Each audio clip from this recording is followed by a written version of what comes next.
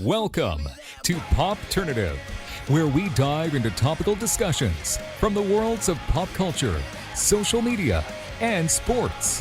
Here is your host, Peter Remoliotis, aka PD Beats. PD Beats here from Popternative. This is one of our official 2022 NHL Draft specials where we speak to prospects that will have their chance to have their name called and they're one step closer to playing in the National Hockey League. Calm before the storm, the NHL Draft is 3-4 days away. We are speaking to a forward who plays for the Mississauga Steelheads in the OHL. Owen Beck is with us. Owen, welcome to the show, man. Thank you so much for your time. Thank you for having me. Like I said, the NHL Draft, this is what you've been dreaming. This is what you've been waiting for. This is what you've been talking to your teammates for years. This is what you've been talking to your family and friends for. It's your draft year. It's your draft day in 3 days. What are you feeling lately? It's hard to put into words. I mean, it's all kind of becoming real, over this last week or so. You always have had it as a goal as a hockey player for so many years to be drafted to the NHL, and it's almost hard to comprehend when it's when you're this close. Yeah, no, absolutely. You are a centerman you play center, basically. Yeah. And correct. After goaltender, that's arguably the position that gets a lot of discussions and criticism at time. And it's in the public eye a lot, that position and everything. Do you thrive off the pressure and the overwhelming stakes of being a centerman, would you say? Yeah, I would say so. I like to have a lot of responsibility, especially on the ice. And, I think I expect a lot of myself, and, I'm not afraid of other people, expecting a lot out of me as well. So I would say I thrive on it. And, I feel pressure is a privilege, and really just try to, play my best with that pressure on me. You play with some good defensemen in North, in the OHL with the Mississauga Steelheads. You've seen them in the OHL as well. There's a lot of it. Are you also noticing that defensemen, and you're seeing, defensemen like Cale Makar and Adam Fox do unbelievable things? What can you tell me about being kind of a centerman, kind of also seeing now that the D-man has a lot of attention on them as well? Does it take a little bit of pressure away a little bit? Because that seems to be a little bit of the focus lately, right? Yeah, well, I mean, there's so many great defensemen in the NHL right now who are young and up and coming, and also others in junior that are trying to kind of make a name for themselves in a similar way. So, I wouldn't say it takes a ton of pressure off me exactly, just because we're different positions and we have different responsibilities on the ice. But there's definitely a great appreciation for defensemen. In this day and age, and it's cool to see everybody. Almost changing the definition of defensemen these days. Well, it's crazy because you kind of see it firsthand. Everyone talks about the offensive ability of a lot of these defensemen, but I think you're kind of there. You see it as well, like firsthand. The defense, like people kind of sometimes like just assume that it's just offensive. Their defensive game is like arguably better than their offensive game. These guys too, right? Yeah, absolutely. I mean.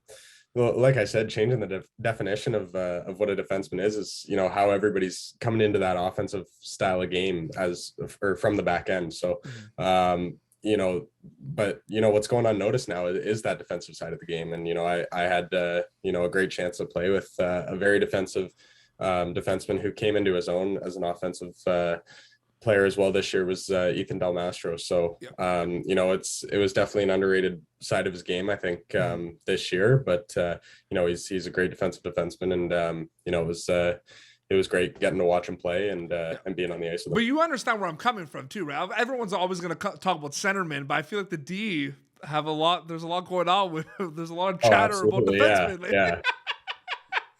Which is amazing. You currently play in the OHL.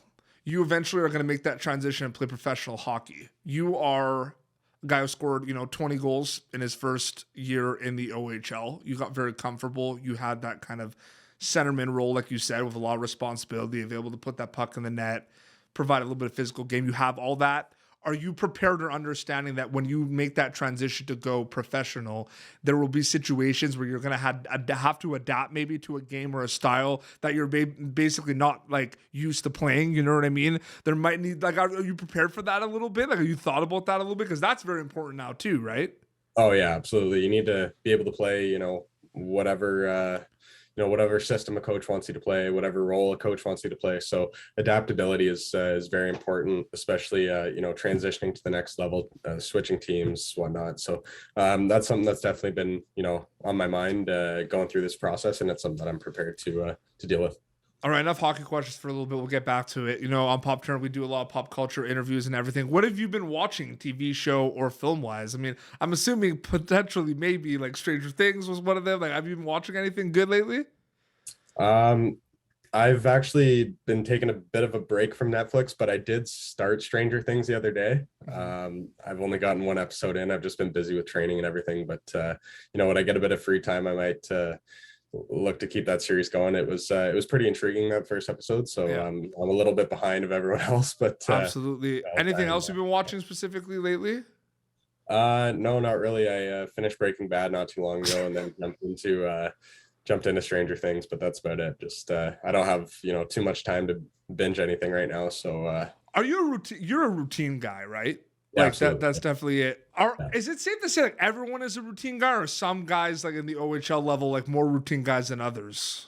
I would say some are more than others for sure. Yeah. Some guys just go with the flow and kind of just take things day by day, I guess. I'm more routine. I kind of plan my schedule ahead of time and plan my time. That was a big thing for me, being in school and playing in the OHL at the same time. It was a lot of time management. So I feel like you have to, but you have no choice.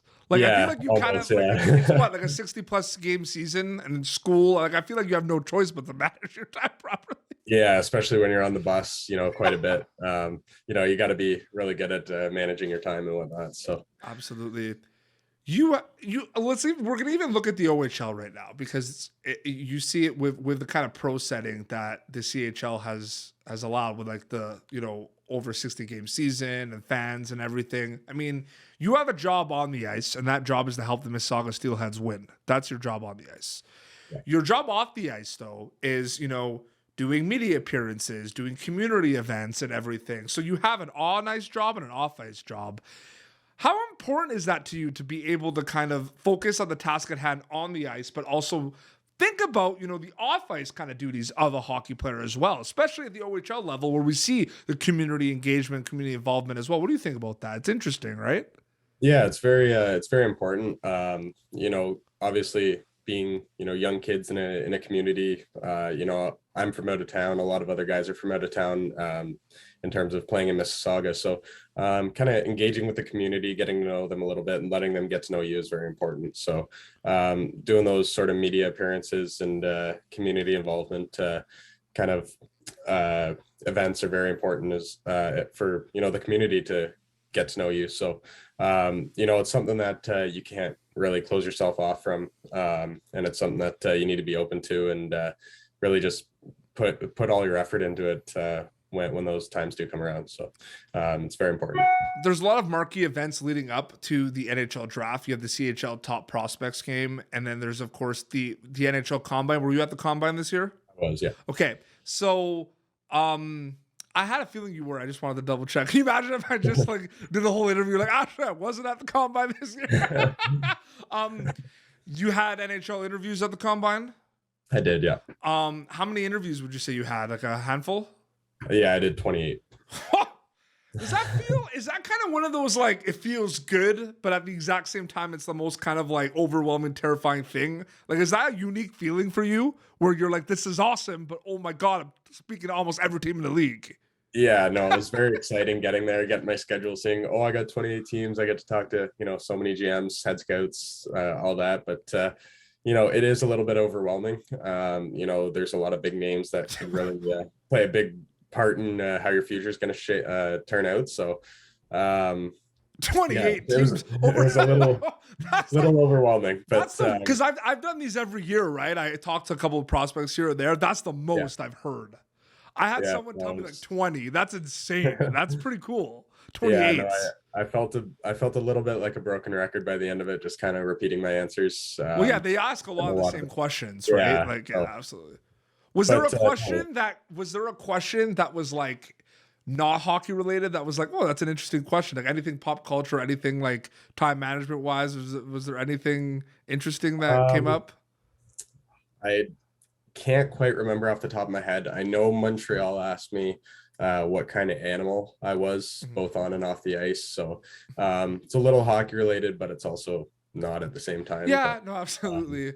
one of the more interesting Sometimes questions I've heard some people have like been asked to like tell a joke or something, or like I've heard there's a lot. Sometimes some people had to like, they were given like a problem with like a school bus or something. I don't know, like a math problem or something. Actually, yeah. Now that I think of it, Philadelphia did ask me a math question because I've been pretty strong in school over my high school years. So they asked me a bit of a trick math question, I guess. Yeah, well, no, absolutely. I mean, your academics were honored recently, right? The CHL awards. Yeah, they were. What was the special? It was the Scholastic Player of the Year, I believe, right? Yeah, it was. Congratulations on that. Thank you very much. I mean, it kind of goes with what I said too about the off-ice stuff too, right?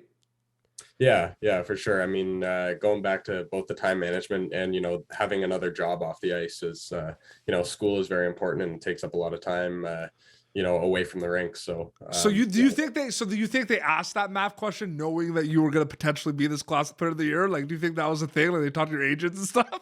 Yeah, so they have all my marks going into the interview and everything. They have just about every piece of info they could ever have on me. So that's unreal. Like, I'm gonna ask Owen Beck a math question. Like, I think that one was tailored to me a little bit. Yeah, for sure. Was it a good one at least? It was pretty straightforward. I think it was more of a trick question. Like, I forget what it was, but it was pretty straightforward, but they were trying to trick me into saying one thing when the correct answer was another, but your brain kind of just automatically. I've done these for like 4 or 5 years now. It's the best combine story ever on the show. So Owen, I just want to say thank you. No problem. For a wrap up quickly, you're going to have a chance to get one step closer to the National Hockey League and get drafted in the NHL. The draft is in Montreal, a couple of days away. What kind of player is the NHL team that drafts you getting when they draft Owen Beck? You're going to get a very strong 200-foot player who's able to, win faceoffs, has great skating ability, a good shot, good playmaking ability that stems from my vision on the ice. I think any team knows what they're going to get with me night in and night out. I'm a very, I would say, consistent player, and I can provide offense for a team as well as shut an opposing team's top line down on the defensive side as well. So absolutely. Owen, thank you so much for coming on the show, and all the best with the NHL Draft, man. It's exciting. Yeah, thank you very much. I appreciate you having me. There's an Instagram account they could follow you at, right? Is it your name or your number, I believe? Yeah, it's just Owen Beck 92. Amazing. Well, this has been Popternative, youtube.com/Popternative for previous episodes. Until next time, this is Owen Beck from the Mississauga Steelheads in the OHL and PD Beats signing off. Thank you for tuning in to Popternative. Make sure to check out our past episodes of Popternative on YouTube. Be sure to like Popternative on Facebook and follow us on Twitter. This has been an Autograph Communications production.